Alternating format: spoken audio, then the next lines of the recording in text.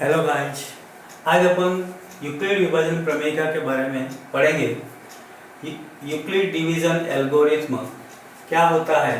यदि a और b दो पॉजिटिव इंटीजर हैं, धनात्मक पूर्णांक हैं, तो दो ऐसी अद्वितीय पूर्णांक q और r इस प्रकार विद्यमान होते हैं कि a = bq + r, और कंडीशन यह है कि r क्या है? Greater than and equal to 0 less than b। इसमें होता क्या है? q क्या है? क्वोशिएंट है। r क्या है? रिमाइंडर है।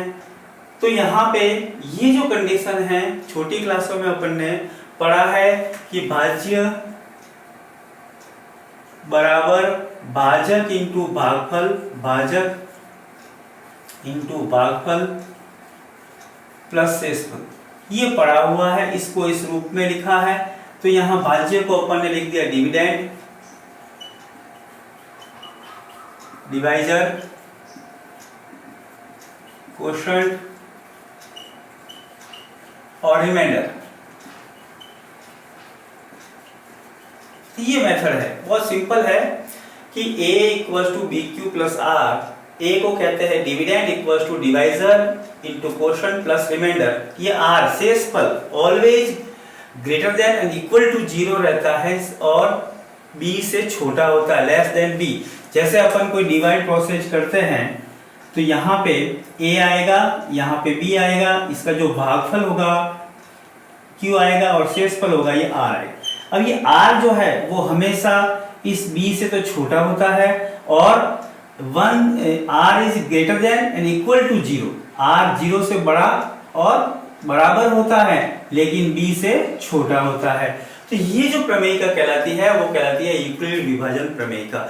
इस प्रमेयिका से अपन मसब ज्ञात करते हैं, एचसीएफ फाइंड करते हैं। तो मैं एक एग्जांपल के द्वारा एचसीएफ फाइंड करके बताता हूं। एग्जांपल में मैं लिखा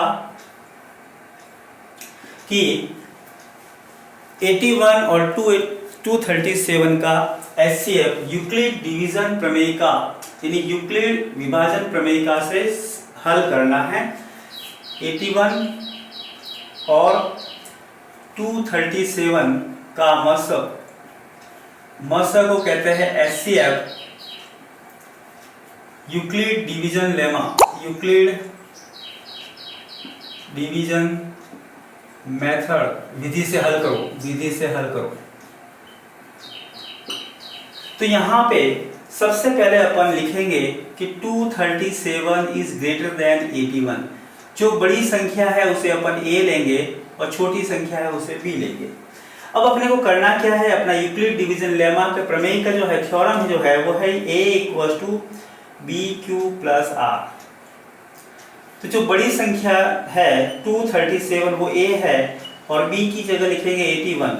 अब साइड में डिवाइड प्रोसेस करना है, डिवाइड का मेथड से अपन सॉल्व करेंगे। ये b यहाँ लिख दिया और 237 लिख दिया। अब यहाँ पे इसका डिवाइड इसमें करना है, तो इसका डिवाइड करेंगे तो 3 टाइम तो होगा नहीं, 2 टाइम होगा। 2 1 जा 2 और 16 5 और 75 बचा। तो यहाँ पे ये q लिखा था तो q कितना आया? 2। तो q को मैंने लिख दिया 2 और रिमाइंडर शेषफल कितना आ गया? 75। ये देखो रिमाइंडर इससे छोटा होता है p से, तो ये रिमाइंडर। अब इसका मेथड, ये प्रोसेस तब तक चालू रहेगा जब तक r 0 नहीं आ जाए। तो अब नेक्स्ट स्टेप में अपन क्या करेंगे? वापस a = bq + r। अब यहाँ पे क्या किया? जो r था वो तो बन गया b और जो b था वो बन गया a। ध्यान रखना, r था वो तो बन गया b और ये क्या बन गया? a। यानी ये यहाँ आ जाएगा, इसमें इसका डिवाइड करना है। तो मैंने यहाँ पे क्या किया? ये जो 81 था वो तो आ गया a और 75 था वो आ गया b। अब 75 का डिवाइड करना है इसमें, 1 टाइम किया, कितने बचे? 6 बचे। तो यहाँ पे 0 नहीं आया। अब 0 नहीं आया तो डिवाइड गया 1 टाइम और रिमाइंडर बच गया 6। वापस ये प्रोसेस करेंगे third step, a = bq + r। तो यहाँ पे a कितना है? 75 हो जाएगा और ये 6 आर था वो बी है। अब पूरा पूरा डिवाइड कहाँ तक, 6 का डिवाइड 75 में कहाँ तक होता है, वो होगा क्यू। ध्यान रखना यहाँ केवल 7 को लेकर रिमाइंडर नहीं लेना। 75 में 6 का डिवाइड 75 में कितनी बार होता है, तो मैंने लिखा 6 का डिवाइड 1 टाइम 6 आ गया, ये 1 5 और 6 2 जा 12। अब ये रिमाइंडर बचेगा, तो यहाँ पे a तो कितना बन गया, जो b था इसका वो a बन गया 75 और r था वो b बन गया, और कितनी बार डिवाइड हुआ 12 बार, तो रिमाइंडर कितना बचा 3। अब नेक्स्ट स्टेप, अभी भी 0 नहीं आया, जब तक r 0 नहीं आया तब तक चलते रहना है। तो ये जो 3 का डिवाइड किया मैंने 6 में, कितनी बार आ गया 2 और रिमाइंडर आ गया 0। देखो तो यहाँ पे वापस a equals to B Q plus R, तो यहाँ पे a की जगह 6 आ गया, b की जगह क्या r की वैल्यू b हो जाएगी, और ये 2 टाइम्स हो गया, रिमाइंडर कितना आ गया 0। अब यहाँ देखिए लास्ट b की जो वैल्यू होती है वो HCF होता है, तो HCF इज इक्वल्स टू 3, ये इसका आंसर आ जाएगा। यानी लास्ट b की जो वैल्यू होगी, जहां रिमाइंडर 0 आता है, अंतिम b की वैल्यू, अंतिम जो भाजक होता है वो HCF कहलाता है। इसी टाइप से एक एग्जांपल और बताता हूं मैं। एक इस टाइप का एग्जांपल है कि यूक्लिड विभाजन प्रमेयिका से कैसे क्या किसी संख्या का वर्ग 3m या 3m+1 के रूप का होता है। ये क्वेश्चंस भी है इसमें, ये भी बता देता हूं मैं तुम्हें। दूसरा क्वेश्चंस,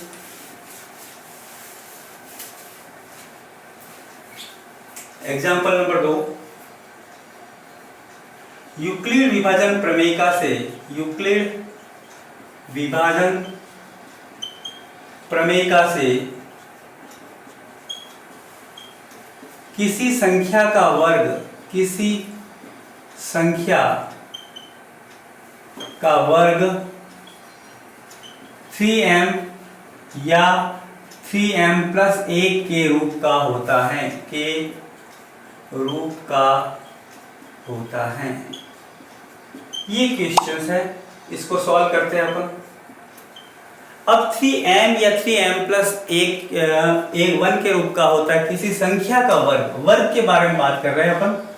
तो अपना यूक्लिड डिवीजन लेमा थ्योरम है, यूक्लिड डिवीजन प्रमेय का a equals to B Q plus R. अब वर्ग की बात कर रहे हैं, तो माना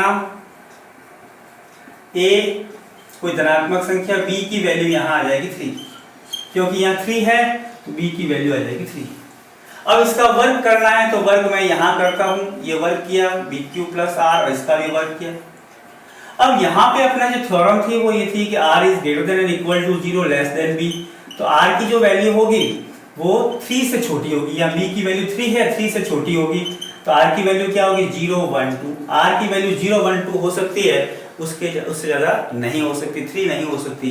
तो ध्यान रखना, तो यहाँ मैंने क्या लिखा, b की जगह तो लिखा 3 और r की जगह लिखा 0, तो ये a square equals to 3q plus r की जगह 0 हो गया, तो 3q 9q स्क्वायर आ गया। अब मुझे यहाँ 3 ही बाहर रखना है, बाकी को m के रूप में लेना है, तो यहाँ 3 × 3q का स्क्वायर लिखा, और यहाँ लिखूंगा जहाँ m equals to 3q square, और q m क्या है, कोई पूर्णांक है, m कोई पूर्णांक है।